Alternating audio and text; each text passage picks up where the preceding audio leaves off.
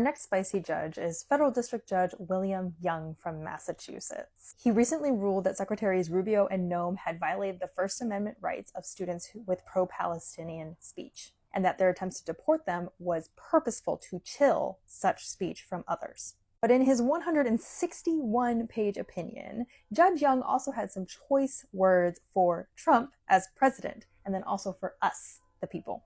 To the opinion, where things went off the rails for him, President Trump, is his fixation with retribution. Yet government retribution for speech, precisely what has happened here, is directly forbidden by the First Amendment.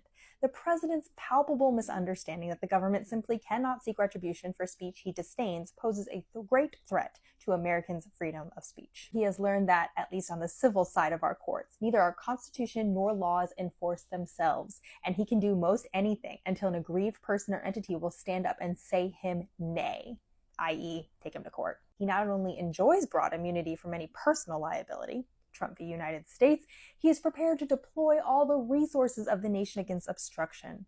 Daunting prospect, isn't it? Small wonder then that our bastions of independent, unbiased free speech, those entities we once thought unassailable, have proven all too often to have only Quaker guns. Behold President Trump's successes in limiting free speech. Law firms cower, institutional leaders in higher education meekly appease the president, media outlets from huge conglomerates to small niche magazines mind the bottom line rather than the ethics of journalism.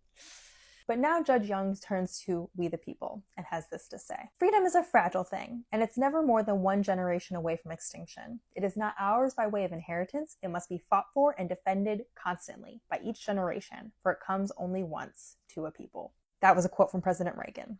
Judge Young continues. I first heard these words of President Reagan's back in 2007. I was deeply moved and hold these words before me as I discharge judicial duties. As I've read and reread the record in this case, listened widely, and reflected extensively, I've come to believe that President Trump truly understands and appreciates the full import of President Reagan's inspiring message. Yet I fear he has drawn from it a darker, more cynical message. I fear President Trump believes the American people are so divided that today they will not stand up, fight for, and defend our most precious constitutional values so long as they are lulled into thinking their own personal interests are not affected. Is he correct? Thank you for the reminder, Judge Young. As for your question, and as for me, no, President Trump is not correct. I will call, dance, sing, and rage against the dying of the light, and I will not be cowed by him or any other president that will come after. Rage on, my friends.